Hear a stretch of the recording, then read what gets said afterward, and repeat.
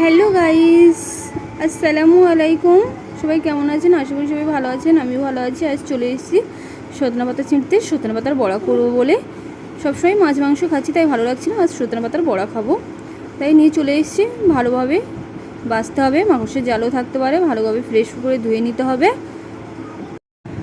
ভালো করে ধুয়ে নিতে হবে। এই রাখলাম, নুন দিলাম, জল ঢাললাম, সেদ্ধ করতে বসালাম। ফুটছে, ভালোভাবে সেদ্ধ করতে হবে। এই ছেঁকে নিয়েছি, সেখানে হয়েছে। তারপর বেসন ঢাললাম, ঝাল, হলুদ, কাঁচা লঙ্কা, পেঁয়াজ কুচি, পরিমাণ মতো লবণ দিয়ে ভালো করে মাখাচ্ছি। খুব সুন্দর করে মাখাতে হবে যেন সবজিগুলো ভালো করে লেগে যায় গায়ে। জল ঢালছি, তেল ঢাললাম কড়াইয়ে, ভালো করে গোল গোল করে চ্যাপটা চ্যাপটা করে কড়াইতে দিয়ে দিতে হবে।